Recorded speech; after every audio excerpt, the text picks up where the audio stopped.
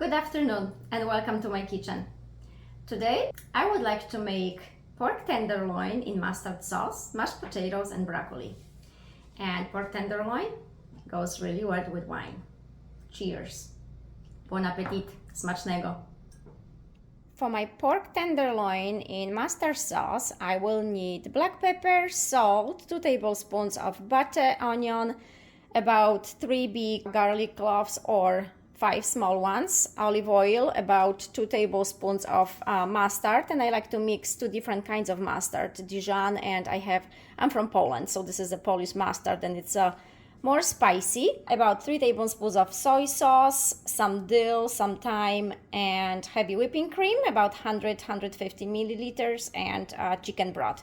And I love the small ones because every time I cook and I need chicken broth, these are great. You just use it, you don't have to put it in the fridge and worry about using it again or it will get old. So it's not wasting your food when you have small containers like that. So I love it. And of course, the star of today, the pork tenderloin, which I'm going to cut into smaller pieces. As you can see, I have cut up my pork tenderloin about inch thick, and my seasoning, black pepper, salt, some thyme is already on, because when I sear it and I have the seasoning already on, it will lock the flavor. And here is my garlic. Some of it I sliced, some of it I chopped, and here is my chopped onion. And now I'm ready to bring it all to my pan. I will start with my onions, so I can saute those. And after a few minutes, when I see color changing, I will add my garlic. I do not want to add garlic too early because once you have burned garlic, it will destroy the flavor of everything you cook. It will get bitter. Garlic should be added more towards the end. On my other pan, I have a tiny bit of olive oil and the butter. Butter works much better if it comes to flavor. So now I will sear my pork tenderloin.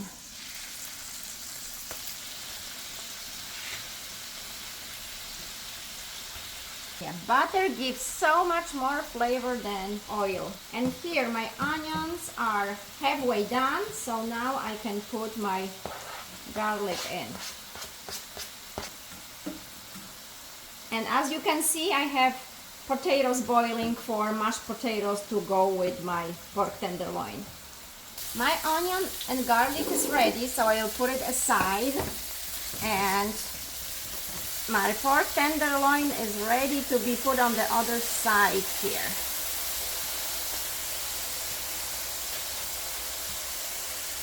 Okay, lower temperature. And if you see some brownish sticking on your pan, don't worry about it. That's actually a good thing. Of course, don't burn it. That's a different story.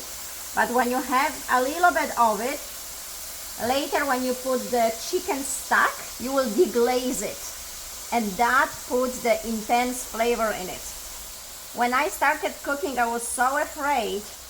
Oh, I see brownish color on the bottom of the pan. Oh, I'm burning it. And right away I wanted to clean it out and start all over again. But the chef I'm learning from said, no, this creates flavor. So when you put the chicken stock in, it's deglazing, that's what it's called. Intensifies the flavor. It takes about 2-3 minutes for one side. You flip it over and another 2-3 minutes. But you will have to be the judge and just see how it looks like, if it's seared or not. And I have another minute for it. Then I will put my garlic and onions in and everything else, meaning soy sauce and the mustard and the chicken broth. While my pork tenderloin is searing here, I will put the mustard and soy sauce together. Soy sauce, 1, 2, and 3, and I will mix it. Add my chicken broth. And some ideas here. If somebody would like to change something around, well, I know some people like honey mustard sauce, so you can put a little bit of honey here. And the other option is, if you have mushrooms in the house, you could have added the mushrooms, few sliced mushrooms with the onions, and saute the mushrooms with onions, add the garlic on the end, and then you will have a different flavor again. So just a tiny difference, small difference can make a different flavor. So now it's time for me to put my onions and garlic in. I'm not a big fan of onions, that's why I don't put too much. If you love onions, enjoy onions, you can add more to it. And here is my mustard sauce. Now I will lower the heat and simmer for a few more minutes until the sauce thickens a little bit. If it's not thick enough for you, you can always add a little bit of flour to it, and that will thicken the sauce. A few more minutes, and my last thing to put in is the heavy whipping cream. And if some of you don't have heavy whipping cream, you can also use sour cream.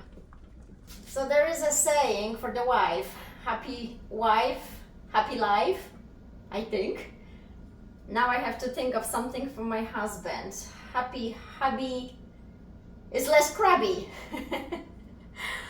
Well, I'm done here. Just some mashed potatoes to go with it, and I have broccoli on the side, and it's that simple. Hope you enjoy it. Smacznego. Thank you for watching. So going back to being afraid of burning your food, that was me a few years ago when I started, and this sign is actually to remind me of it.